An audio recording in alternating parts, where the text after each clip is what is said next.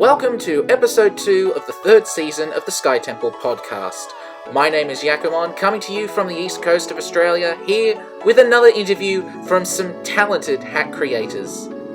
Today I'll be speaking to Team Eventide, the developers of Synodic, who created a hack for SkyTemple Hack Jam number 6, taking away not only the Best Use of Gimmick award, but they were also awarded the coveted and prestigious Community Vote award.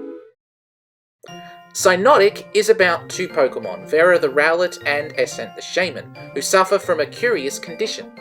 Vera only has energy to experience the day, while Essent only has energy to experience the night. The two have been searching for an answer for years, until one day they chance upon a travelling Pokemon, who might give them the cure that they've been seeking. This was a really fun interview to do, with all 4 team members on the call at the same time. It was a great conversation talking about the hack with them, and I hope you get enjoyment out of listening to it as well. So, without further ado, let's get into the interview.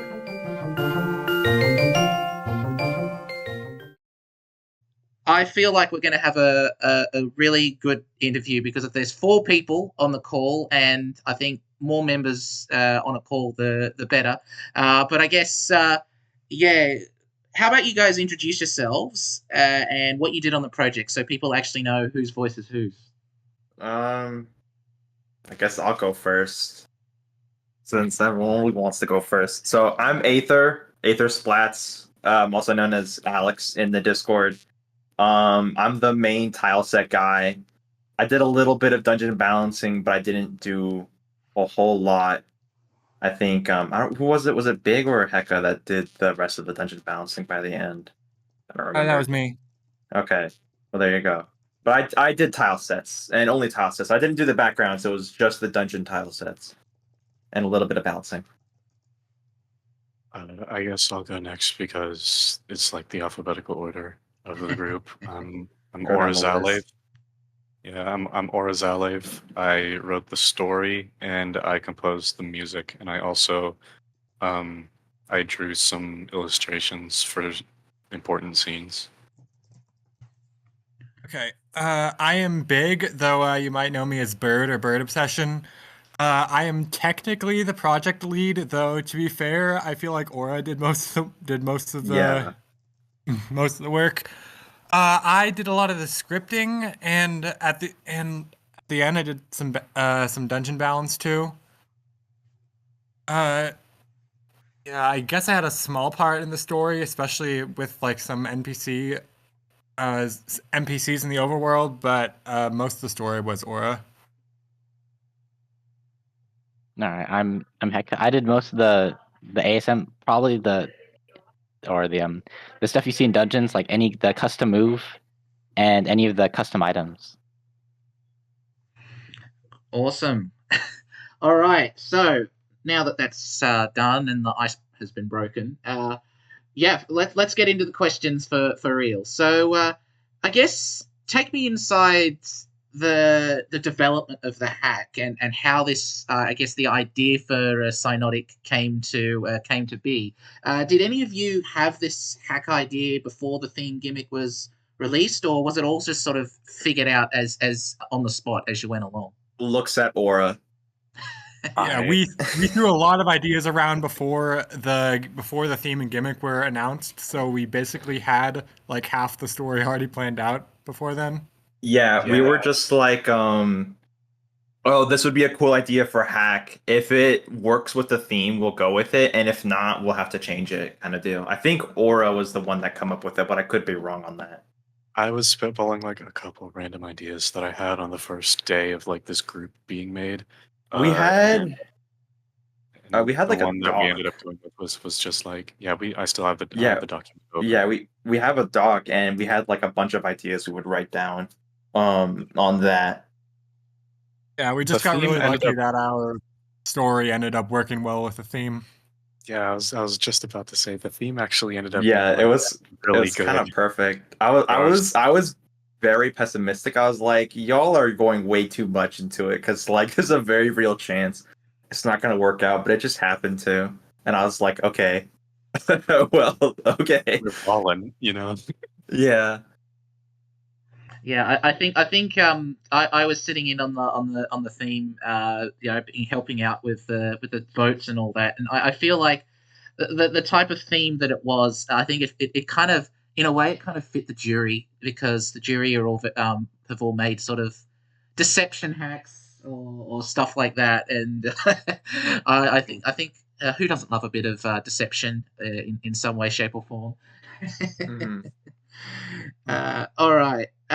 So I guess, how did you come up with Rowlet and Shaman for the main characters? I feel like I myself, they were a bit of an odd pairing to me, and I don't mean that in a bad way. I just mean they were sort of an atypical type pairing. You've got your grass starter and your legendary, mythical. I don't know what they're called these days. I stopped at Gen 4. I think that's mythical. But, Aura It's decided at legend- the very beginning that there was going to be a shaman. My basis for that was the whole form change that Shaman has, because there's the like dichotomy between the first and second period of these people's lives.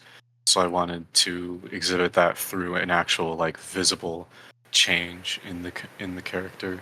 So Shaman going from sky to landform fit that for me.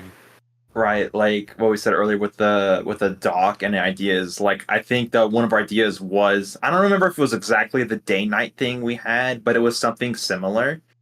And I don't think any other mythical or legendary really fits, or even Pokemon in that regards really fits that bill, other than I guess Cherim. But yeah, Shaman I think is really popular, and I think that's kind of one of the main reasons. I'm not sure about Rowlet though. As We for actually- Rowlet, You like birds? Is that I the don't reason? remember if it was Aura or me that decided that there had to be a bird, but like I definitely agreed that there had to be a bird in there somewhere. Wait. I knew that you would suggest a bird, so I suggested Decidueye because I thought it would work well with Shaman. Yeah, And we but just went with Rowlet because I decided. I think I kind of made the executive decision that it would be a Rowlet, since I like Rowlet more than Decidueye. I think it ended up working better in the end that it's Rowlet.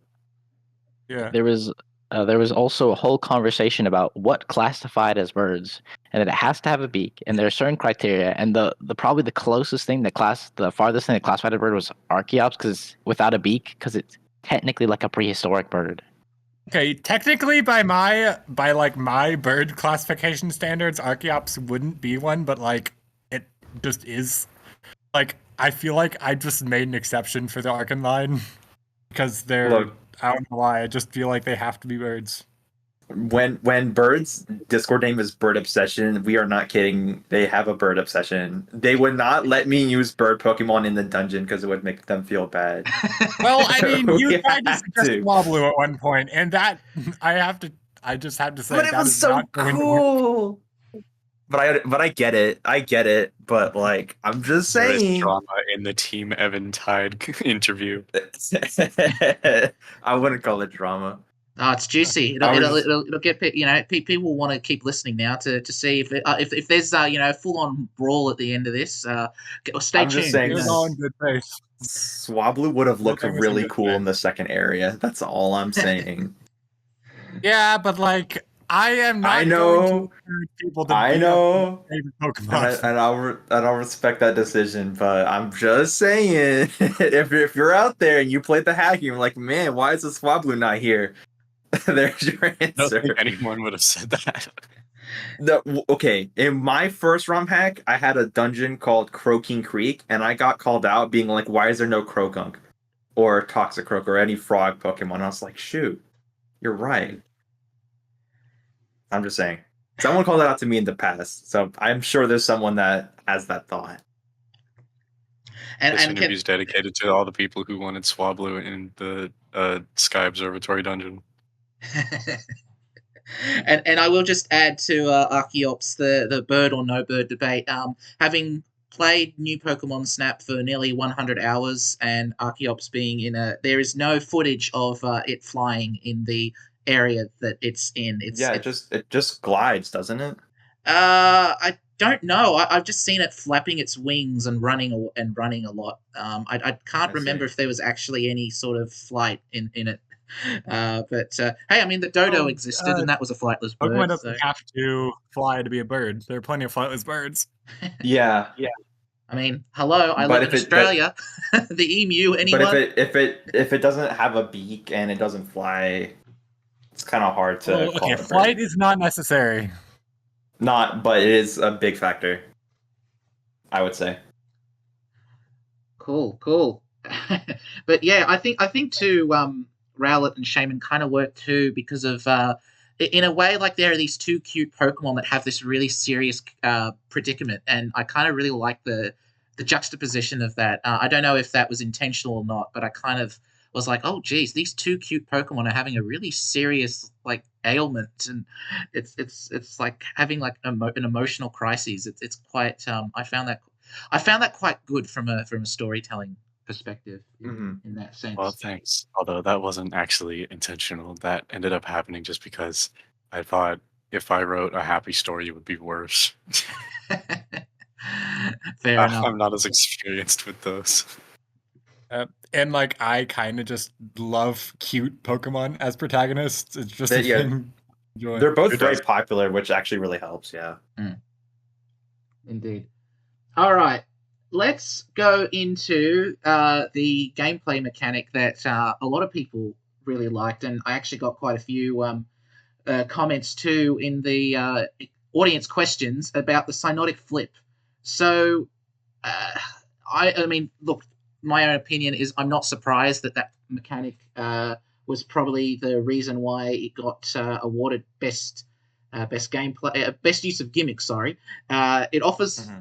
it offered a lot of versatility and variety about how you go about the gameplay of the hack. Just how difficult was it to get that right from both a technical perspective and a gameplay balance perspective? I think Heka, you should Uh, start with the from the technical perspective, it's not the most complex thing, I would say. Uh, because I think there was this weird bug that happened in the final version. I had no idea what caused it. So we used a slightly older version from before the was introduced, and I still couldn't figure it out because it was like entirely unrelated. Synodic flip, but there's also the problem that on top of that, the Synodic flip in the original like version. So apparently, I have to free the tile sets after I complete it. Because every time I would switch the tile sets, it would allocate a new tile set. So in the original game, every time you flip, the game would load another tile set, and so it kept loading them back and forth, and until you had. And so when really? you'd finish the dungeon, you had to quick save before you finish the dungeon. Otherwise, the game would try to go into the scripting mode and go, "Oh, I don't have any more memory. Mm. I quit." Yeah, Guess I'll just die. wait. Yeah, but if it was in between floors, I have no idea what was wrong there. I remember that bug took a long time to fix, and Yeah, I stayed up till 7 a.m. with Heka trying to figure it out.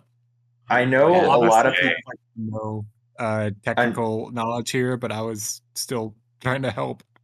mhm. I opened a support thread. It didn't seem very helpful either because it's in a weird spot. It was like I think when it would even load Adex looked something. into it and he couldn't figure it out.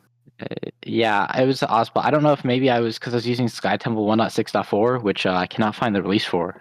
So that might be why. Spooky. I don't. Or maybe I made a mistake. Maybe I messed with the file Specifically, by accident. I don't know.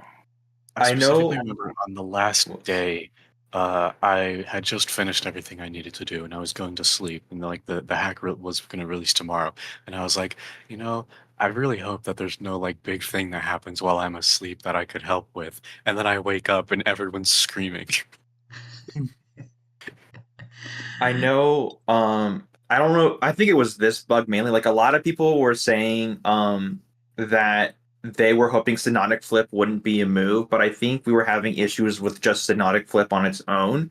That by the time the thing had to release, we just didn't really have time. Because I know it is annoying for it to be on a move, but I don't remember if Heka said exactly what the issue was, but I think it was related to how the bug was causing a lot of issues and delaying a lot of things. Yeah. I I think. think Hack went into that. I think it was pretty much if you got out of a dungeon, it would like quit. I think Yeah. that's what he said. Um, I guess just I mean technical issues aside, how did you ensure that the mechanic was built in a way that the gameplay balance didn't lean one way or the other in sort of making it too hard or too easy. Well, when it Uh, comes to balance, I'd say we didn't really do the greatest job of that. well, it's kind of my Everyone fault, half was of it. talking about how Vera, that's the Rowlet, was much easier to use than Essent, the Shaman. Hmm. Uh, Mostly because Essent has no coverage and far less PP on her moves. My kind of goal, so I was kind of the main reason why it was like that. So my kind of goal was the Rowlet to be very physically strong but fragile, and the Shaman being very tanky. So you can kind of put Shaman in a corner, and if Vera gets low, you would swap to the Shaman to either go like in a different direction. Because like let's say Vera goes a direction, there's no stairs, then you could swap to Shaman to go the other way. Mm. And I know the Shaman is low damage, but that's also kind of why I gave him growth and some strong moves to try to make up for that. So they could still do something. I think I did. also, what was that? Oh, I was gonna say I did try to address it in the balance patch by like increasing Seed Flare's damage and increasing Hmm. both Seed Flare and Energy Ball's PP, but that didn't seem to be enough. Yeah, Also, hunger. You are forced to switch now. You'll run out of hunger otherwise, or run out of it faster. Yeah, yeah, I we did. didn't do that. I don't think we touched that much. Um, I think I gosh, doubled the speed that hunger decreases. yeah, but it still wasn't even enough. It wasn't even close to enough, which is kind of Yeah. sad. Um, gosh, there was one thing I wanted to say, and it's slipping my mind. Oh yeah, so Shaman actually also recovers HP faster when you swap because it'll become daytime and they swap forms, so they should actually recover HP faster. So they should be like really able to tank a lot of hits. I'm not sure if that actually made it to the final game, but I think we tried to make it into it. I can't I remember. believe their health regen is higher. Yeah, I have it set to be higher, but I'm not sure if it made it in because I know. Also, I forgot to say about Synodic Flip. I'm gonna be honest. I never considered not making it a move because the gimmick was custom move, and I said, "Wow, Synodic Flip custom move. That sounds pretty good." And people were asking, "Why was it not like a button combination?" I was like, "I honestly didn't think of making a button combination. I just saw the gimmick, said, wow, this is gonna be easy. I can turn this into a move." Honestly, I kind of like that it's a move. Some people said it was nice that it was representative of like their struggle, where it actually literally takes up a move slot. Like they're struggling, like I have to waste a move slot here because of my condition. But yeah, Though lore-wise, we just kind of decided that in game they're just like waiting for Yeah, they don't have a 12 magical hours. time manipulating ability. Yeah, They're they don't actually just actually change the time. That's just the gameplay mechanic. Oh, I should also mention. So I think a lot of people probably, or who are less experienced with ROM hacking, probably didn't realize this. Synodic Flip does not actually change what Pokemon that spawns, right? If Yeah, we you're couldn't get in that like the far.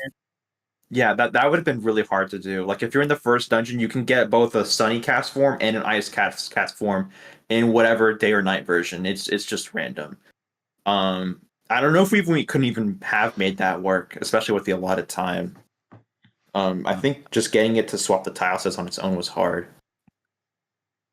yeah. I put both cast forms in because I thought it was nice to be like an actual paradox. How are they both here? Like Hmm. that. No, that's really good. No, but I really enjoyed and you're right. I pretty much utilized it in a way, especially during the now I'm going to get this wrong, but it was the Sky Observatory level where it was a lot of custom floors that were kind of like mazy like and so it's Hmm. like oh yeah, crap. I'm going the complete wrong direction, and I need to use the other one, or just it was good too, in a way to have it flip when you are exploring as one Pokemon, and then enemy Pokemon come and attack the other one that's asleep, and so it's like it's almost like complete team control, but without the fact that it's complete team control is very slow. I find where it's like it's like one by one. It's almost like a mainline Pokemon battle, and you've got to actually physically select every Pokemon's move, and in a mystery dungeon that includes every single step. I found that much more fluid. I mean, if there was a way that you could take that away as not a move, or I don't know whether leader switching has that been implemented in SkyTemple? I feel like it has. Being able to, I think it has. I know you can leader switch in the post game, and it uses the exact same function as leader switching in the post game. Right. So if you ever stole from a Kecleon shop and tried to switch, it would go, no, you are not allowed. So yeah, I didn't want to recode it just to deal with like the case of what if I steal from Kecleon and I want to switch? Nope, is that you are not allowed to Kecleon- swap anymore. My justification for that is that Kecleon is such an omnipotent being that they just pause time if you steal from them, and they don't delete you. That brings up another kind of funny thing. The Kecleon music when you steal from the shop. I replaced the Outlaw theme, not realizing that Kecleon shops are going to be included. So if you steal from a Kecleon shop, it plays the theme when you encounter Togekiss in the observatory, and it does not fit stealing from Kecleon at all. It's like the least fitting theme from the OST. It's like funny though. In a way, it's almost like a horror movie, right? Where a killer's coming, but they play, row, row, row your boat or something like that. Like, I kind of think of it like that. It's like the abject horror of an omnipotent being such as a Kecleon hunting you down for stealing their goods. All right. So, a question about the custom tile set. So this is going to be all you, Ether. Yeah. I guess because I don't know much about spriting or that. So I mean, how much on average does it take for you to make a custom tile set? How long does it take? I mean, obviously there were like 4 or 5 plus custom backgrounds like made in 3 weeks, but yeah, just how does it work? I suppose take me into the development process. So I want to start by saying, not to insult you, but that is a loaded question because tile sets can be as simple or as complicated as you can. I've had tile sets that took days to make. I've had tile sets that are finished in 5 minutes. Right. I also want to mention I actually didn't do the backgrounds. I think it was Bird or Aura. One of them did the backgrounds. I did some of them. Aura did a lot of the like art. Hecka helped with the. I did the town. Most of the town. I just for the ones I did, I just like used Pokemon Mystery Universe to help to do most of it, since that has like a tile editor kind of thing. So yeah, I didn't touch the backgrounds, so I only did the tile sets. Now for these tile sets, they took a long time, very long time. For all 5 of these tile sets, it took 66-ish hours for all 5 of them. So it took a long time. And my how do I want to word this? My general tile setting, I guess, style is I'm not really good at spriting. I usually take what's already there and I mesh it with other tile sets together to get what I want. And I've been doing that for a long time. So I'm not, if you think I'm good at tile setting, I'm really not. I'm good at when it comes to like the technical stuff and like understanding how it works. And, that's how I got the snow effect or the falling ash effect or the animated floors and walls and stuff, right? But when it comes to actually making something nice, like with raw drawing, I'm not that great at it, but I think, how do I want to say? I think I did a good job with that, at least. Also, I want to mention something. Sorry to like interject real quick because this is Go a ahead. question, but Yeah, go ahead, go ahead. Near the beginning of the project, I was like offering to help Aether by making tile sets because I've never done it before, but they offered to like teach me. But I never ended up doing that because I couldn't be bothered to compile a sprite. Yeah, it is a borderline requirement, unfortunately. One thing that did help though, so when we were starting, right, we had the document of ideas. Um, I think Aura made the music and they were like, I'll give you like a prompt, but you don't have to like really follow it. You can do whatever. And I really just tried to copy the vibe of the tile set with the music. I think I did that best with Observatory Apex. I think that tile set is really good, especially because the music is just a banger. I think it's honestly just fantastic. I agree. Even though that tile set has issues, and I mean to say it has issues, because um I have to remember, like, I learned a lot from this. Like, I know now that there's a lot of people that are new and they don't like use SkyTemple and they're not familiar with tile sets and stuff. So when they see like the floor with the arrows, they're gonna literally think to follow the arrows, right? And I did that on purpose just to kind of make it look cool, especially when you use Synodic flip, that the arrows will flip. Which, by the way, I actually had to remake those tile sets. It wasn't just copy and paste because to flip those arrows, I had to literally redraw it because animating is complicated, but TLDR, it's just a color change. It's not anything actually moving. So I had to redraw that. The first dungeon, I also had to redraw, I believe, because the floor was different, because one was sandy and one was snowy, so I had to do that. The third dungeon didn't have a second tile set, so it's when I got experimental with the walls. I'm not sure if it really looks that good. I think it's my weakest tile set, honestly. Okay, But overall, so two things. One, my initial like direction that I gave to Aether for the third dungeon was probably not going to be very good of a tile set. So they right. came up with something else that I think is Aether says it's their weakest tile set, and I might be biased because the third dungeon was like I was a little self-indulgent with that, and that's why like some of the choices I made in designing it are made. But I love the third dungeon's tile set in Synodic. It is like by far my favorite of the Yeah, I three. think that tale set's amazing. My Yeah, I favorite wanna. overall is the Apex Knight one, but Isle of Light is probably my second favorite. Heck, you go, and I'll say what I Yeah, gotta say. I agree that the last one, I think it was a little bit challenging because the aura was like, I just want to light up, like I want to feel like light, and so That's to have the fact that the light has to go up the thing, I think it was a really good execution of it. And heck. so, Like, no, you go. You can go in. but yeah, I mean, it may be that that maybe it's a bit hard to implement given the restrictions on the only being able to swap colors out.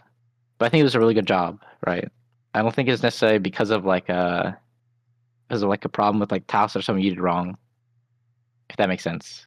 I just think I could have drawn it better. I think the brick outlines I could have done better, but I had literally one color for that. But anyway, I want to say, Aura.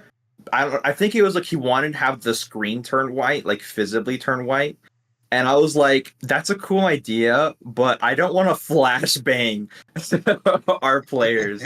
And So I was like, that's that's why understandable. that's why I stuck with just the walls and the water. But I was like, I never done it like this before, so I might as well try. Now for some people out there, what I'm about to say might not make much sense, but for people like Minarchu or whoever else does tile setting in the community, you know who you are. That first tile set was effectively made all on like one palette, basically. So it is two, but it's a lot of repeat colors. So it's effective one, honestly. So if you're like not familiar with Sky Temple and you're like, man, this first tile set is just all blue and this second one's just all orange. I literally had so few colors to work with. I had 15 colors, really, and I had to already take off four of that just because to get the snow and the falling ash effect. That's already four. So I had to have 11 colors for both the trees, for the floor, for the water, or slash ice, right? And that's very limiting. The second tile set, I had a little bit more space to work with since I didn't have a falling snow effect, but it was still limiting. I only had 2 palettes to work with. And I think the third one, I think I had 2 to 3. I hate saying this, but a lot of my tile sets are really limited when it comes to palette sizes because I always kind of just cram everything into the animation palettes, which looks really cool, but it makes it very hard to work with. And I think it's honestly the main reason why it took so long because I would like spend like half a day trying to just figure out how I even want to build this tile set and how I want to have each color go where and how I want to animate it. Like I have to know everything about it before I can even build it. Because otherwise I'll be building it and then I'll be like, shoot, I can't do it like that. And then I have to start all over. There are a lot of frames in those tile sets as well. You ever open the tile set? You gotta wait a little bit. You're waiting for SkyTemple to unpack all the frames of the tile set, the palette frames. A little bit is an overstatement. My computer is pretty strong. It takes a couple minutes. It's several hundred frames for some of those tile sets. Several hundred. And if you have a low end PC, it could definitely take a while. I might have sent some screenshots in the server how like SkyTemple was using like 60 or 70% of my RAM. And I have 32 gigabytes RAM. Like that's how bad it was. Damn. I mean, I dabbled in an animated tile, not an animated tile set, but like animated backgrounds, which are a different kind of pain for my cancelled hack. And yeah, it takes a long time, and if you have and you gotta have patience. Mm-hmm. I think they're pretty similar. They are different, but I think animated backgrounds and animated tile sets are pretty similar overall. With backgrounds, what is nice that you can have dedicated animated tiles instead of swapping the colors out in the palette, which is a lot easier to work with. But that's true. That's also false because you can do that with. This is actually okay. What's his name? Minarchu, if you're here, I'm gonna tell you. This was my first time ever working with tiles, and my first time ever working with animated tiles. And I literally had to if I wanted to make all the colors fit. And it was not fun. Let me say that. It wasn't as bad as I thought, but yeah, it was my first time using tiles because I was just so short on colors. I didn't know you could use the tiles for the what's you called can. the dungeon graphic. I've always told people don't bother, and honestly, you really shouldn't. You only even bother with tiles if you really know what you're doing and you're really desperate for colors. But in this instance, I was like, yeah, I am desperate. Like, Observatory Apex. If you're in a hallway and it's that little 1x1 brown floor that connects the 2 little rainbow tiles, that's what's animated tiles right there. And that's why in the middle you see like the brick, normal bricks, and on the outside of that platform, it's just a solid color. That's the animated tiles being used to cull colors just to make it fit. If you get what I'm saying. I learned I can use those tiles, but that sounds painful. It's not fun. I had to basically go back and redraw everything in tiles instead of chunks because I have to.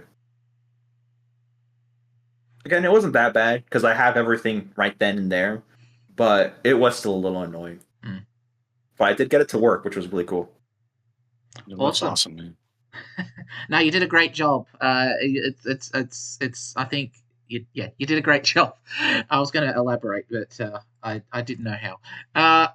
All right, I've still got a couple more questions I wanted to ask, and then we've got the audience questions as well. I feel like we can kind of merge the audience questions maybe. So I might just I'll ask about the overworld section next, and then we can move on to audience questions. But I guess the overworld section at the start is I really liked it, like full of characters and all that, and just sort of the little ways that the town interacts. And now, just for people who may not know, and this is, I think, going to be a question more for you, Big. Explain to the audience who encountered him and may not know just who Joe was, because I love Joe. He's an awesome character, and I want the world to know. As soon as you mentioned the overworld, I knew it was going to be the first question.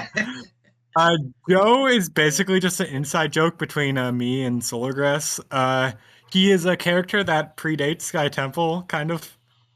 We did like mold his personality a little bit, but yeah, he's kind of just an inside joke between us. His first appearance was actually me putting him in Flight of the Bluebird, but I think the first time he was actually like shown to the public was his appearance in Explorers of Pain. And I guess he's kind of just become kind of just like a signature of mine. I just put him in every hack I create, and I know a lot of people don't like him, but like I don't care. See, I funny. thought his first appearance was Mystery Mail, because he was in a Mystery Mail scene, wasn't he? Yes, but that was not his first appearance. Where is the Joe hack? We need Joe as the protagonist. I'm probably not gonna ever do something like that. Not sure it would go over well. You have to.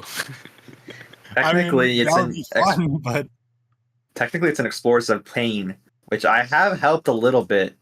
So if Solar ever wants to do that, there is your official Joe hack, I suppose. Joe on his way to find Drillbur. yeah, now that Drill. Oh yeah, there is canonically a Drillbur character who is best friends with Joe. He's just never appeared in any hack yet. And How I'm Joe probably made gonna any add him friends is into- beyond me. I'm probably gonna add him into Taking Wing or something as a very minor role. Especially now that Drillbur has sprites. Awesome. All right. All right. Last question, and then we could go on to the audience questions. So as we all know, Synodic was made in during Hack Jam 6, if it hasn't already been made clear already.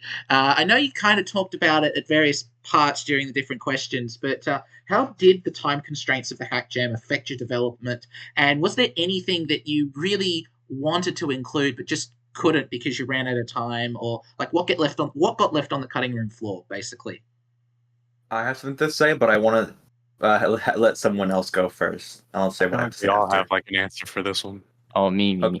I actually have it organized in the document, and that one of the things I really wanted to implement was like a post game mode, specifically like a kind of glass mode where you could just play through again, where all the enemies and allies have +10 in attack, -10 defense. Wait, what's the +10? I thought it was +8. I like the wherever the max stage is. I thought it was +10. Maybe I'm wrong. Maybe I'm wrong. If you're, I'm very inexperienced. You go continue. Yeah, and I forgot to include Aether's UI because the issues that came up last minute. The UI was supposed to switch on the top screen between different colors for day and night. I feel bad. Don't worry about it. That thing took like 10 minutes to make, really. And the other thing was I had another wand I wanted to include. It's supposed to be like little wand that when you wave it at something, it duplicates items. So whatever Avatar was holding, you get another version of it. But I was like, I don't have time. This is not even that important. What are you gonna do? Duplicate some nonsense? But I was really sad because I actually wanted to I thought about the lore and asked Big's permission about what it should be. What happened if you use a dupe wand on a dupe wand? So just make it like a special cracked wand, and it doesn't do anything. Infinite item glitch. Yeah. So it doesn't do so that there would be fail safe and just make a cracked one that's supposed to be like a taboo but never got included. Oh, there was actually originally going to be one more dungeon. I think we didn't really get far in the planning stage, but it was going to be like a ghost dungeon with like hex items. Wasn't it between Observatory Apex and the last dungeon? I forgot what it's called. Isle of Light, and Isle of Light. When I drew the world map, I put like a lot of random landmarks on the islands just to see if we could make something of them. And I knew from the start that we weren't going to make a dungeon for all of them because holy fuck. But we were originally going to plan to do one extra dungeon that never got in. I know for sure, for at least for me, I definitely didn't have enough time for the balancing, which again is kind of, I felt like kind of caused a lot of issues, which was really my bad. Those tile sets took so long that I really only had like 1 day dedicated to dungeon balancing, and even then it wasn't very long because I had to make like for the first dungeon I wanted to give them ice type and fire type moves, the enemies, but like I didn't want it to be overbearing, so I made it really weak and whatnot. But basically, what I did is I just put all the enemies in, tested it, and then changed some stats, and then just moved on to the next thing. And some of you may remember this is why Wobbuffet is so stupid tanky, because what happened was I made him 2-shot, and I was like, oh, he's funny. I want to make him a joke character, but I want him to be at least 3-shot. And then I did it too much without testing, and he's just like that. He's not really like that anymore, but it was in the original release. Yeah, it was, and I know it caused a lot of people pain, which is funny for me, but not for them.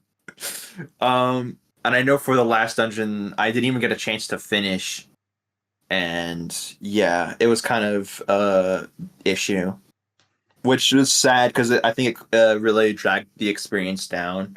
But oh well, those tile sets took so long. I also probably held on to the hack too much at the beginning, instead of giving it out to the team, because kind of holding on to it probably too long. But I think it's hard to just like at the beginning. I spent like the first week doing way less than I should. It wasn't really until like halfway through the second week that I started buckling down, working like 6 hours a day. Mm-hmm. I kind of wish that I was just able to help more with other people and what they were doing. I was kind of just in my own bubble, and like I was offering you support. already did like most of the work. I feel like that's you not did true. You did the story and the soundtrack, which are like some of the biggest parts of the hack. Yeah, but like once you get through that, then like what else can you do? You know, it's just kind of awkward. I was working up to the last day instead with well, not like the last day, but like I don't know. I guess I had my hands full, but I just wish I could have done more because I don't like seeing people on the same team as me struggling. I will add, I'm not sure if other teams. I know in previous hack jams was a really big issue. I'm not so sure if it happened a lot in this jam, but we never really had any scope creep issues like at all, which I think is kind of surprising because I know scope creep is a big issue in a lot of hacks, especially for hack jams, because everyone wants to make a big hack and like really wow the community and whatnot. So at least there's that. I think they did a really good job. I was specifically taking measures to try and reduce the likelihood of scope creep.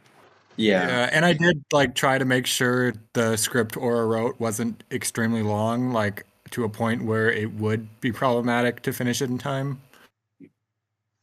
Like the story could have been a lot longer. It would have been a lot longer. And I guess had to hold me back by the reins. And I guess this is why being the one of the organizers of these hack jams, being on the mod team, we kind of we've sort of got the balance right when it comes to hack jams. I think 2 weeks was too short. 4 weeks meant it was super scope creep, and then we had to make it 5 weeks because people were like, "This is we've bitten off more we can chew." I think we've got the balance pretty much right with 3 weeks. I think it's just enough time where. I mean, scope creep can still happen, but I think there's sort of it gives the community enough room to breathe, but try and get it out there that it's don't make a huge hack. Yeah. I feel like scope creep is inevitable to some degree, but I do think that 3 weeks is a good balance. I was kind of hoping it'd be 4 weeks again, though. Because like I feel like I was like maybe that's because more people on the team, right? Maybe if there were less people, I was one person, I'd be really like this is too much. I'm overwhelmed. Like, but I feel like because there are 4 people on the team, I would have been fine with 4 weeks, but I might be biased. Yeah, but I guess think of it this way: with more people on the team, it means you more. What's the phrase? Greater hands make light work, or something like that. So I mean, yeah, it means that the load that you've got is less. If you're making a smaller scope hack with a team, I know I want to do a hack jam again at some point, and I want to make it a team. I have no idea how I'm going to do it though, because my schedule really is hard to. I'm a slow scripter, so I'm going to feel bad. I feel like I will barely contribute, but if I'm in a large team, I won't feel so bad. I mean, I'm like, probably not in the think faster than you are. Synodic would not have ever fucking happened had like any of us not been there.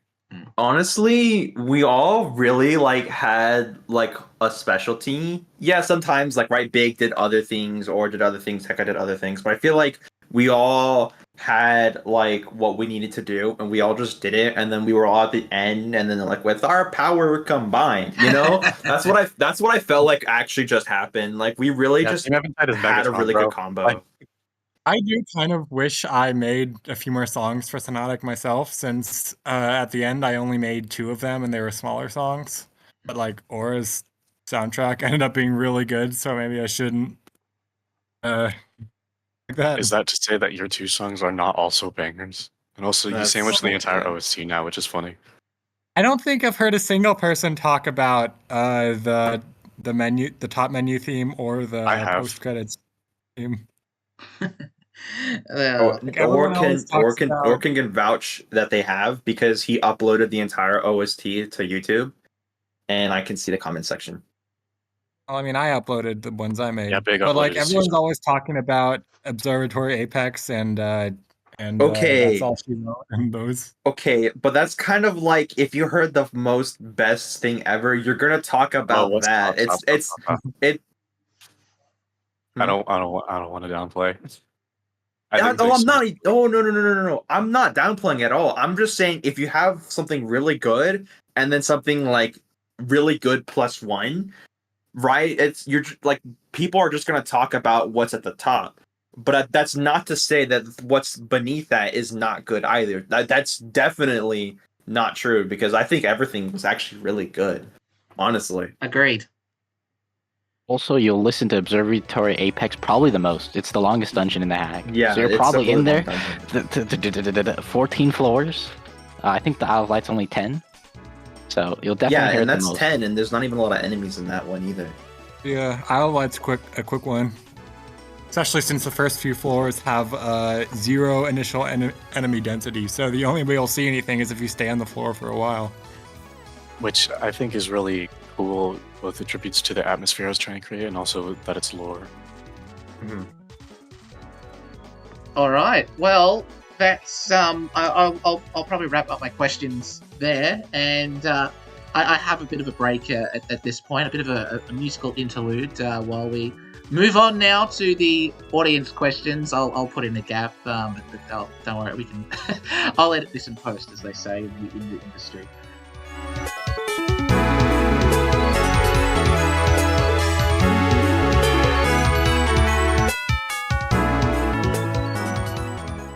All right. So, well, I mean, this has gone longer than the Smingle interview already, but not bro. Like I said. I mean, That's I mean, fine. his was an hour, but I mean, we got to audience questions at about the half-hour mark, so we're about. This is good, though. Like, I barely had to. I should do teams more often. I barely have to talk. I've barely had to drink anything. No hydration for me. Damn. I was just saying, I don't know about everyone else here, but I just like talking about the hack. Oh, Yeah, same. And I think what I love it's about just the fun podcast. talking about. So Yeah. if we go on for longer, I don't really care, honestly. yeah. No, that's fine. As much as- There's no as set I feel limit. like. There's no set limit at all. I mean, that's what I found when I was talking with when I used to do the podcast with Max. Like, everyone really enjoyed talking about their podcasts. Their hacks, and really appreciated the opportunity to. So yeah, that's why I wanted to do it, despite my lack of time, because I feel like it's Let me important for proceed the to community. open the project file of every song I made and go down through every single production. I mean, you could actually make a YouTube video if you want. That would be like 6 hours long. I don't want to do that. Yeah, Have you that's seen what you're going to be doing to Yakko. Have you seen the Explorers of Sky retrospective though? That goes for like oh my god, 12 hours. have. That's insane. Yeah, it's insane. It's a really good video too, I watched actually. it. It's awesome. I should. I haven't, because it's 12 hours long, and I'm a time You poor should watch person. it. It's worth it. All right. I mean, you don't have to watch it in one sitting. Really? I don't? Wow. This is new Well, I'm just information. saying, man. Like, All right, let's get to audience questions because we've got a few good ones here. Well, I'll go in chronological order of who submitted first. So Espec was the first one, and he asks, "Why did you decide to use an abstract / Eldritch theme for the music and artworks of the game?" I probably pronounced Eldritch wrong or something. I don't know. Eldritch. I don't Eldritch. Eldritch? Eldritch. Really? I Wait, don't- hold on. Eldritch, like I don't Eldritch know. Abomination. Yeah, yeah. Is that what I was Synodic going is for? the cosmic horror. I guess. Well, Well, maybe I'm not well equipped to answer this question. Or you should Well, you should answer it. I Well, was I'm gonna gonna try to. say, I just You go. I did what I did with the art and the music just because, for one thing, it's what I enjoy, and for another thing, I don't know. I just feel like it's the kind of story that would benefit from things such as that. I think. I feel like it's a kind of a lame answer, but I just Well, I liked it. I want to add that I think with the whole day-night aspect and how weird, I guess you could say, the whole situation is, I guess it's also fitting for everything else to be kind of weird and off. I don't know if I'd call it eldritch or whatever, but I would definitely think it's weird. I don't know about everyone else here, but I'm definitely really into that kind of stuff, like Paradox Wheel, Observatory Apex, and even Isle of Light. Those are kind of more in my element. I love doing weird things with my childhoods. I love doing weird things with art. And I feel like this just kind of goes hand in hand with it. And I just wanted to make something cool at the end of the day. And Yeah, to be honest, I wrote Synodic's story just because it's a story I like to write. It wasn't really like a calculated decision. yeah, it's like, hey, this thing is really cool. We should do it, by the way. You know? So, I don't know. Really. It's kind of unsatisfying of an answer, but it was cool. I loved what I guess. Yeah, I can agree with that.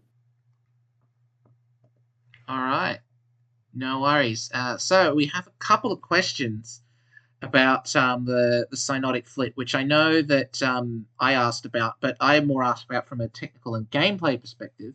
But JP asks, what inspired Synodic Flip and the principle behind their condition in general? And Happy Lappy, by the way, also comments in their question that they thought that the Synodic Flip dungeon mechanic was really, in capital letters, cool. So, yeah, you've got some praise for the Synodic Flip. We got the Happy Lappy capital letter seal of approval, guys. Dude, that's crazy. Someone high five me. I can't. You're in a different country. That's I never could hit my stopped mic, anyone but I don't before. think that would make anyone happy. That would make me so happy. Happy as a lappy? Really? Yeah, dude.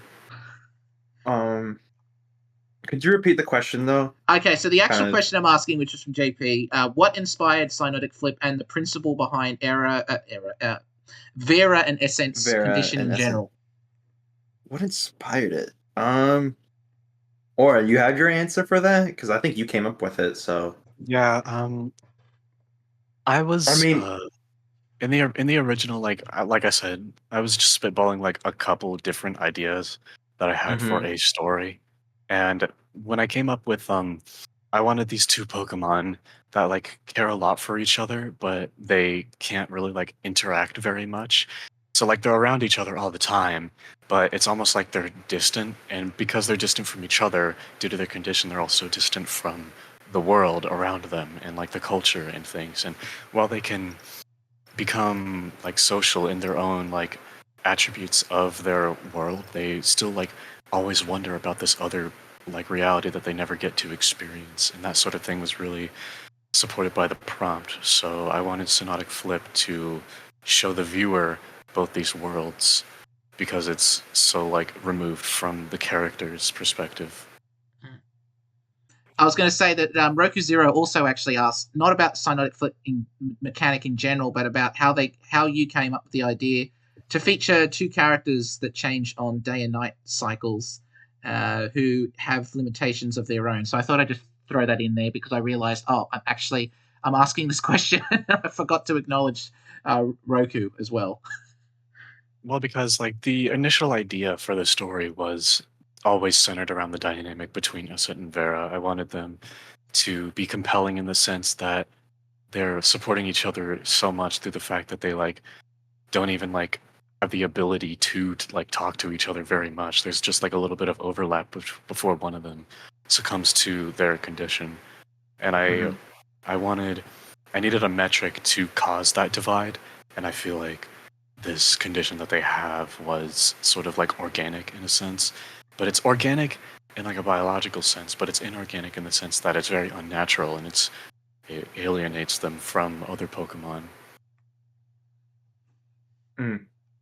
I kind of want to add a little. It's a little straying off of it, but right. This is what I do with 8x sometimes, and just other people. Right, like I have an idea for something. I mean, I didn't come up with this idea. I just want to say, but I came up with an idea for something, and I'm like, huh. I wonder if that's actually even possible in SkyTemple. So then I ask around, is this possible? And if they go like, yeah, that's possible, then I'd be like, okay, that might be a cool idea, right? We had our idea list and be like, hey, if we go with this idea, could we do something like this in the middle of a dungeon? Because that would be really cool, and that would really show, the story that we're trying to tell. And then once we figured out, hey, this might be possible, that might be a really good idea to try to work with. I like the ideas that I came up with, but I feel like every time I suggested doing something, it just added work for everyone else. Well, see that's what being I know you weren't the project lead, but I mean you get to be the delegator. You're like, right, I have this idea, I don't know how to do it, make it happen for me, please. Yeah, I hate doing that. I don't want to do that, bro. Honestly, they say big as project lead, but I just kind of view it as big and Aura as project lead because they were kind of with it together. To be honest. Like big was doing a lot of. You go ahead. Yeah, I was gonna say, Aura and I did plan to team up a while before we started looking for other people on the team. So I guess kind of. Oh yeah, way before Hack Jam. Like we knew we were gonna. Well, Big knew he was gonna be in Hack Jam, and I was like, "Oh, I really want to work with Big on something because Mystery Mill was awesome. And we were friends. We knew we talk every day." But I don't. I never really thought I would be going into a Hack Jam because I hate coding. And Big, when Hack Jam started, was like, "Hey, you want to be on a team with me?" And I was like, do I have to do the hard things?" And he was like, "No." I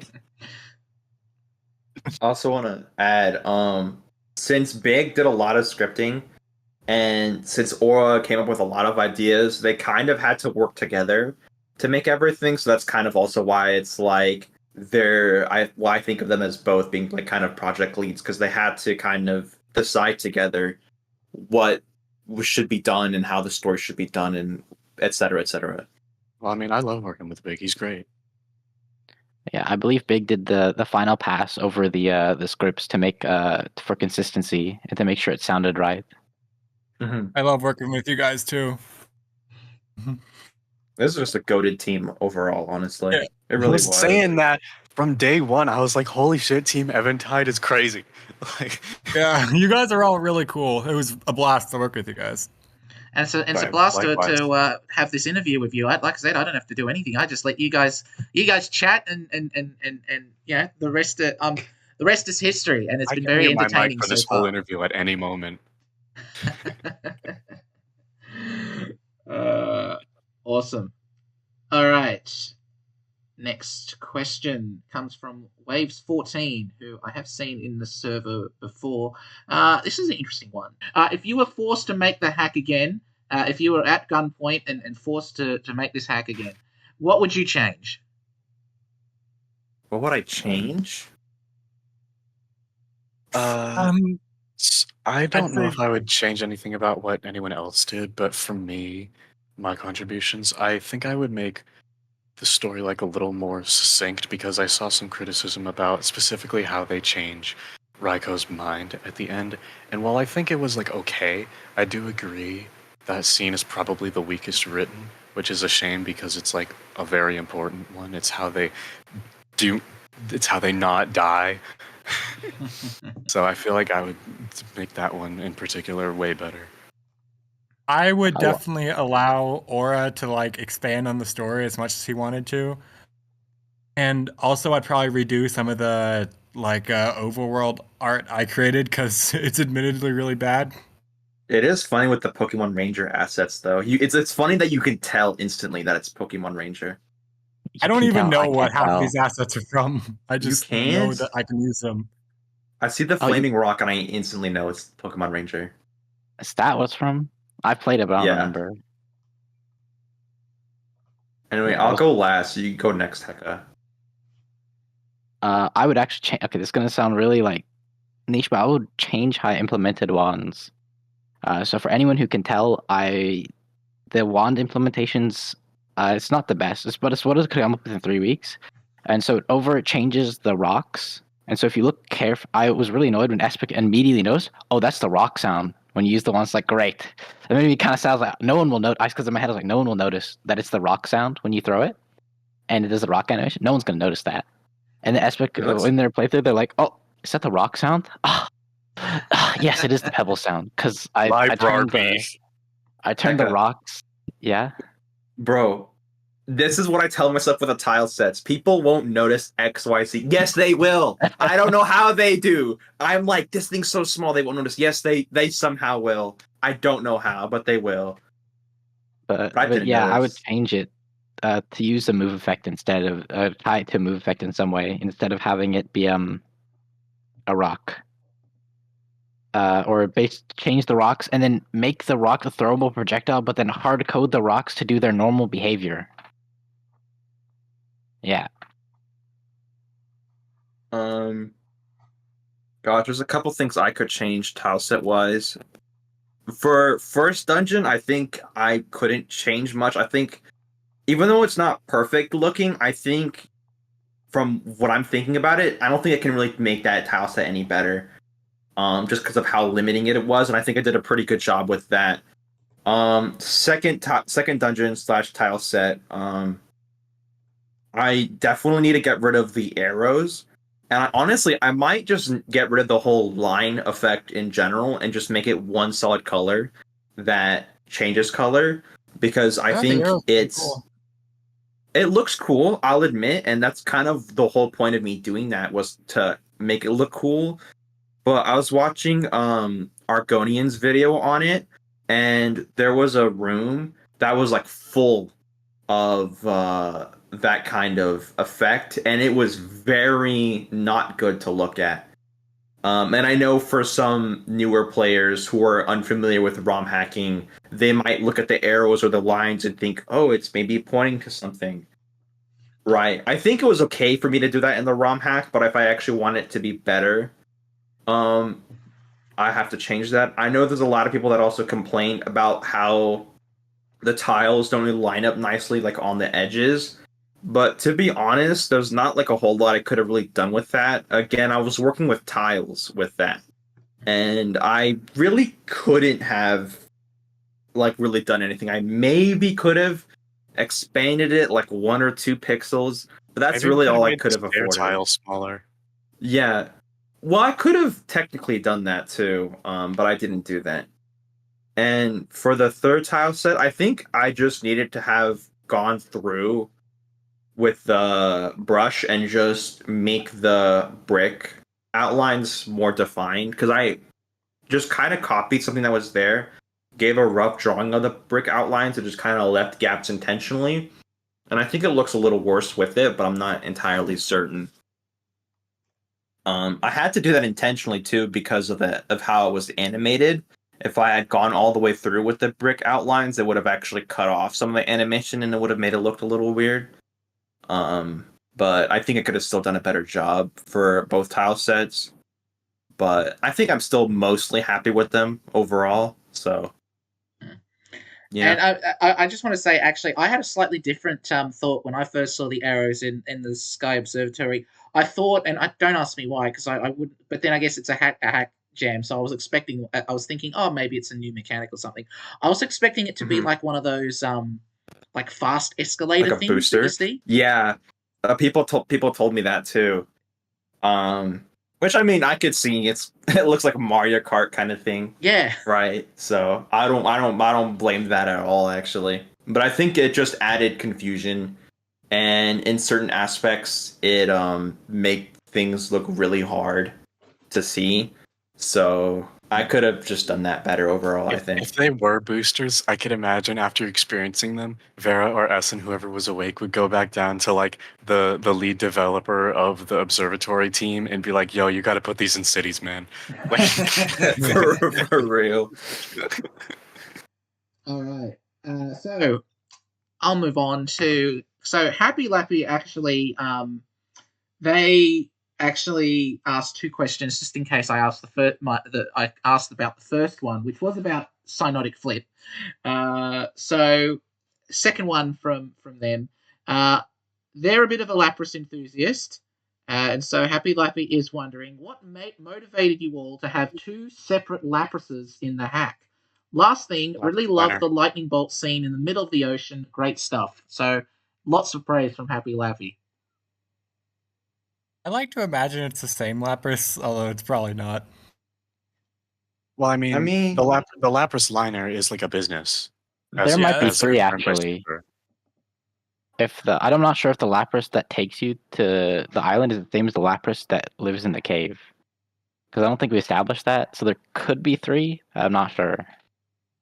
I'm not sure if there is either, but my personal headcanon is it's just multiple Laprases, and the reason being is in like every game ever, not just ROM hacking, like every mainline game, it's always one Lapras. It's always one, right? So I think being multiple Laprases would be kind of cool. I completely forgot that there was a third for a second. Yeah, it's definitely not the same for all of them, but I do like to imagine that the one you see in the overworld and the one that takes you to Paradox World is the same one. Obviously, the one you meet at the end of Paradox World is a different one, but yeah, the one you see in the overworld and the one that takes you to Paradox World is supposed to be the same one. Yeah.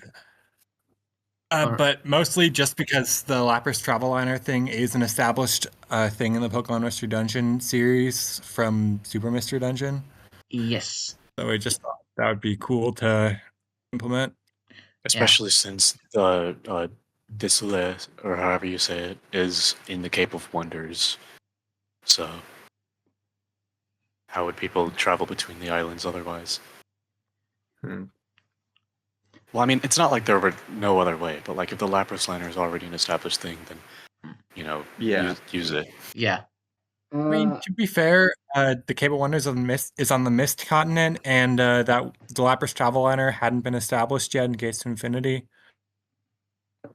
Well, I mean, Super probably takes place after Gates. Yeah, that's true. Oh, well, I'm not going into discussion about canon. Yeah, and technically, Cape of Wonders is a super exclusive dungeon. Well, area we turned into its whole area, but whatever. Yeah, because it's like a collection of islands, man. If that was one dungeon, holy fucking shit! It's just one big long dungeon with like 7 rest stops. Doesn't it have like 8 floors or something in Super? Yeah, 1 floor for each island. I'm gonna look it up real quick. The Cape of Wonders has 9 floors. Yeah, that's way fewer than it should have. I wonder if they just forgot a 0. I mean, it's like Special Episode 5. Wasn't it one of the dungeons? It was meant to have 16 floors, but they only there's a bug that meant that only 4 ever made it through. Yeah, Dark Wasteland. Yes, which is a shame too, because Dark Wasteland has probably one of my top 5 favorite music tracks in all of Pokemon Mystery Dungeon. Yeah, there is a utility. You don't have to go into the dungeon to hear the song. There is actually a utility patch, if you didn't know. I'm more saying this also for the audience too. There is a utility patch in SkyTemple to expand that to 16 floors. I don't know if I don't know what it does in terms of like if it like auto generates Pokemon spawns or just copies the fourth floor and puts it over 16. But yeah, I know that you can actually restore Dark Wasteland to it's what it was supposed to be. Well, this is the last audience question, and I'm probably going to co-op this because I was going to ask this myself, but I didn't want to steal too many people's questions. So great minds think alike, both my audience and myself. This one comes from Argonian, and then I'll add a little extra bit on top of it. What was the baseline inspiration for the Isle of Light dungeon music? And I wanted to add musical influences in general when making this hack, and Big too, because you did make some music too. Like where was the musical influences from? Because I mean, I don't play a lot of video games apart from a few these days, so I mean, most musical references, will probably fly over my head. But yeah, like I mean, oh my god, I had so many musical influences. I love music. I'm listening to music like every waking hour of my day. So the Synodic OST is just like a conglomeration of inspiration I got from artists I listened to, from game OSTs, from previous like song drafts that never got finished. It's based on the story. It's based on the area that it takes place in. It's based on the cultural aspects surrounding that area. It's hard to like define specific references, except for Isle of Light, because that was inspired by a song named Altar of the Fated Giant by an artist called Cutspace, which was a song that I heard from a different game. And basically the entirety of Isle of Light was inspired by that song, so I wanted to pay tribute to it with the dungeon theme. Okay, so first, just the top menu theme, that one was just inspired by the vanilla one. I just took one of the songs Aura had made and kind of remixed it in a like menu-ish style, specifically the song that plays when you encounter Teague, the Smeargle, for the first time. And then the other one, Tell Me About the Stars, the song that plays after the credits. That one was just me like trying out some experimental stuff. I did some stuff with the tempo and tried like some strumming that I'd never tried before with the Celesta in the background. That was mostly just me going experimental. It's nice. Yeah, no, the music was really well done. I really enjoyed it myself. Like, I'm not a composer. I mean, I do listen to a lot of music myself, more so though. Like, when I say music, I do mean more. When I say mainstream, I mean what was mainstream in the 80s and 90s. So, not necessarily modern stuff. But yeah, no, I'll have to properly listen to the Synodic soundtrack again without any of the like sound effects or dungeon stuff to kind of really hear it. Like you said, you posted them all, did you? In where did you end up posting them? There's a YouTube playlist. Yeah, all the songs Aura made are on his channel, and the 2 songs I made are on my channel. Yeah, I'll make sure to link those in the description of the video. Yeah, I was gonna point downwards as if I'm on a camera, but I'm not. Can I bring something up? All right. Can I bring something up real quick? Yeah, sure. Go ahead. There's actually, this is a podcast, so it's like auditorial, so I figure I might be able to even show this, but there was actually one song that I was just like writing on piano, but I didn't even get around to arranging it yet, but it actually ended up being like an unfinished song in the OST. There's one unused song in the OST, which is the world map theme, because we never made that like animation. But I mean like a truly like, I don't know if like I've sent this song anywhere else, but there is a little piano thing that I wrote for the OST that never got like completed.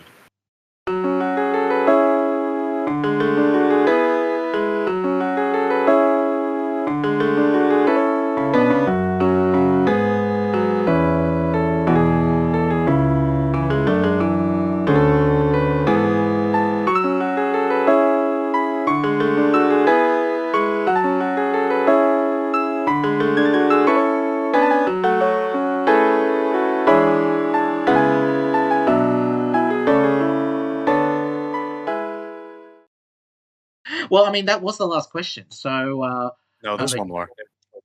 oh yes, there is one more. Sorry, Aura. I forgot. I forgot there was one more question. Bro, he caught you lagging. What? No. Well, actually, I did have one more question, and actually, Aura sent in this question himself. Asks the rest of you, why did you blow up my house? Like, what provoked this? It was funny. What the fuck, bro? Needed to test the grenade that I bought. Oh, to test the grenade. See. We do This mouse. is Should've- this is why, like, you can hear background noise. See, Aura's doing this from the car park of a 7-Eleven. Yeah. Because he doesn't have a house anymore. We did too much trolling. I live in Big's walls now, not that I didn't before. So you blew up Big's house instead. No. Yes. No. My house is He still has his here. own house. He just doesn't live in Not it. sure how long it's gonna last though. We may Yes. have to do another one of these grenade tests. We gotta get a confirmation, scientific method. All good. All right, that is the end of the questions. You know what's funny to me is every time I save the hack, I can't stop thinking about the one clip of you reading aloud my small edit to like the document when you were writing the line for Kangaskhan. I keep thinking of that audio clip. I can't stop thinking about it. Dude, I'm a rock, yo. Wait, hold on. Actually, I did also, like, Chession actually said that in one of his questions. I'm like, oh, it's just Chession being like memey, like he did with the last question, and I was going to skip it because I'm not a memer, but obviously I missed. I didn't actually. So there was actually one more question. I literally caught you lacking. I was gonna skip it because I'm not a memer, so I couldn't, like, I had no context, and I didn't want You to. can't skip the memes. Like Decimeter will tell you, when I first joined his server, I told the server, look, I don't know how I'm gonna fit in here because I cannot meme, and then 6 months later, Decimeter's like, you said you can't meme, and then you're like the funniest guy out of everyone here. Bro, you're from Australia. I don't know what to tell you. Your entire country is a meme. It doesn't exist. It doesn't exist, bro. Oh my god, it was in the Progress channel. I probably even watched that clip. Oh god, I have such a poor memory. Oh my I wonder god. what Chession said. He said, dude, I'm a rock, yo. That's fucked up. Many people are saying this. And then he also said small gay trademark. Yeah, it's canon to the Synodic lore. It's important to the story. Cannot live without it. See, this is It was why. the basis for the entire conflict. Ah. I mean, Vera and Essen are actually just traveling to the Iolite to find out why Kangaskhan was a rock, yo. This is why I need to engage with the community more, because I miss so much.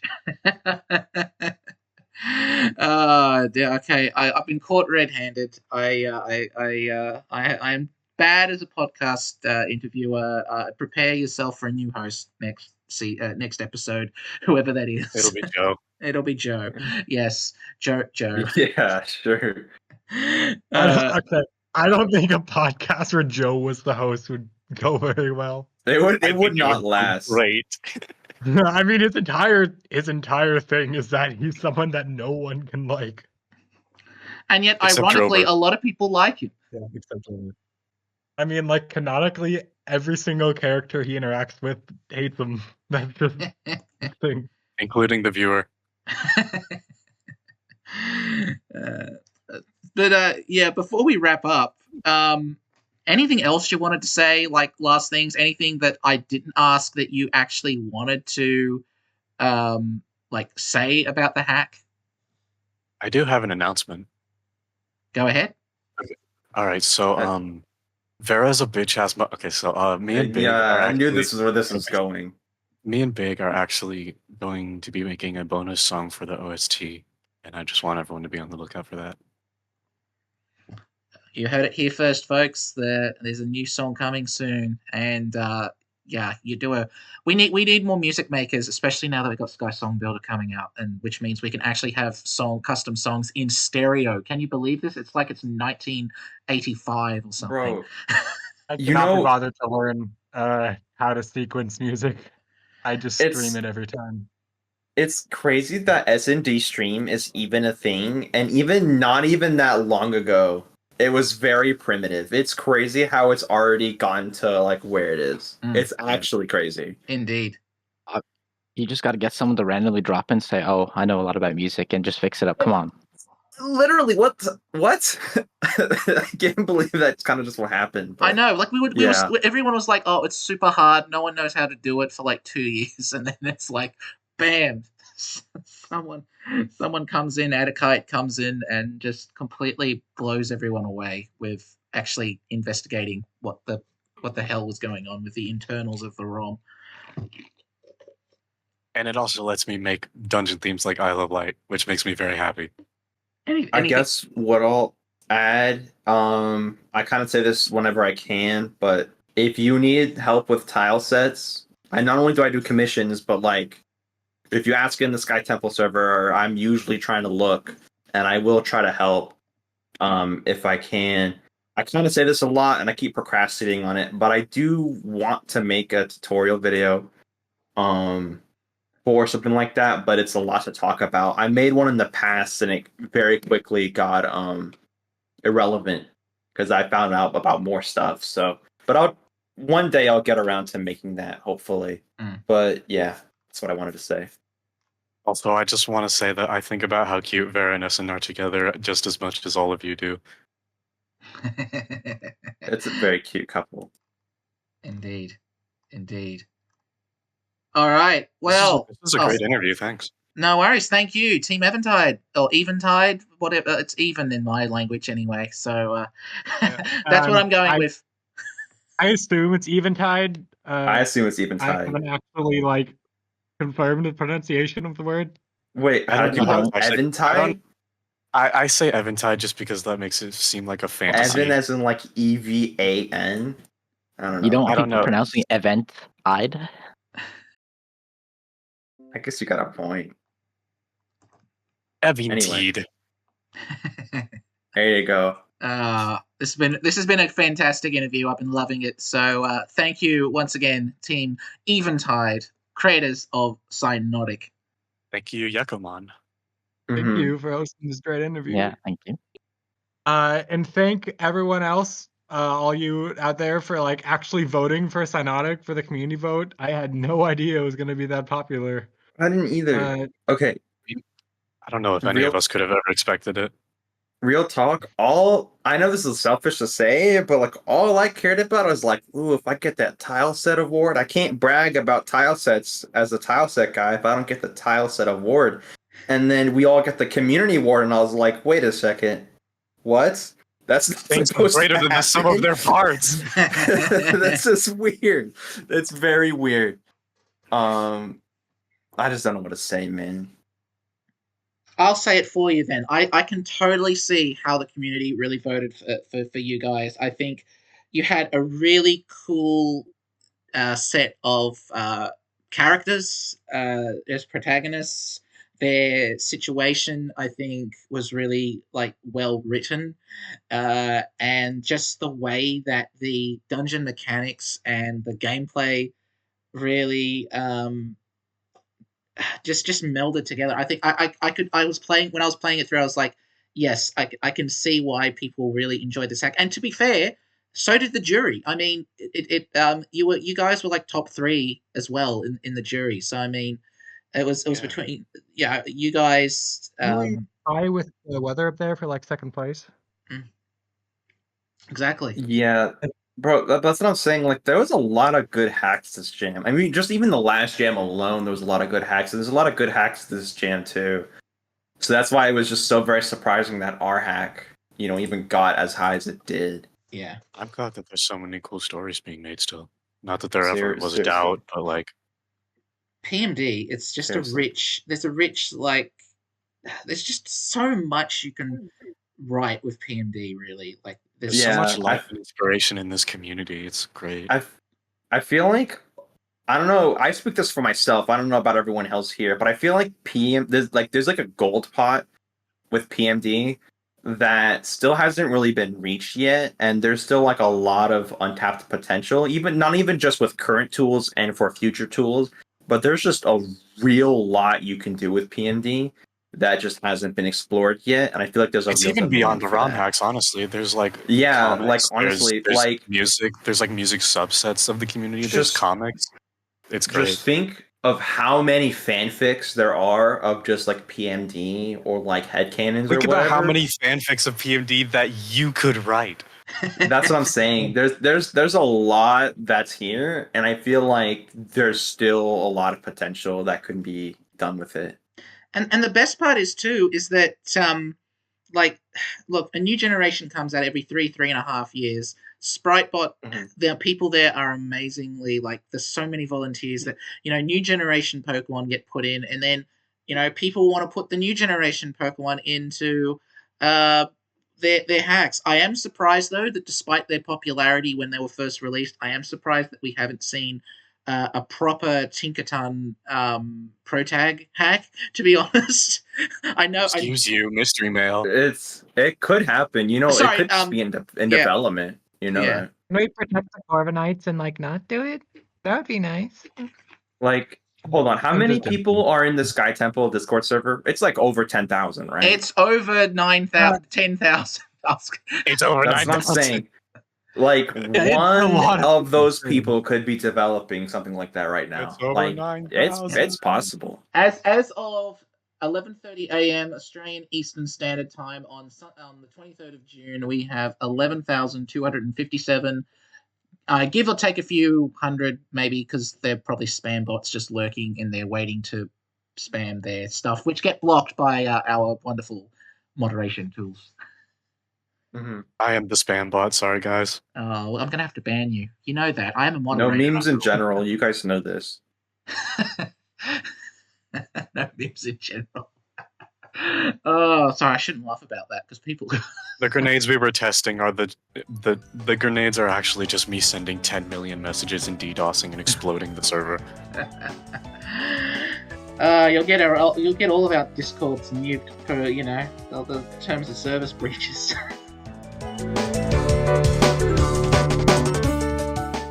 Once again, I just want to say that was a great interview to do. Thank you again to Team Eventide for agreeing to do the interview with me, and I'm sure you'll agree that it was a fun time all round. In the video description of this video, you'll find not only links to both Aura and Big's YouTube accounts, where you can listen to all of the Synodic OST, but also the hack listing for Synodic on the SkyTemple website if you want to give it a play yourself. The next interview I will be doing will be with Happy Lappy, who has asked a few questions across both interviews so far, if you haven't noticed already. They're currently developing a hack called Guardian of the Hidden Land, which is not your traditional PMD game. How? You'll just have to listen and see to find out. Questions are now open to ask Happy Lappy about their hack. You can find the link, like the others, in the video description. And now, as promised, to close out the show, here is the bonus song from Aura and Big, entitled Des Souls Lantern Club Mix.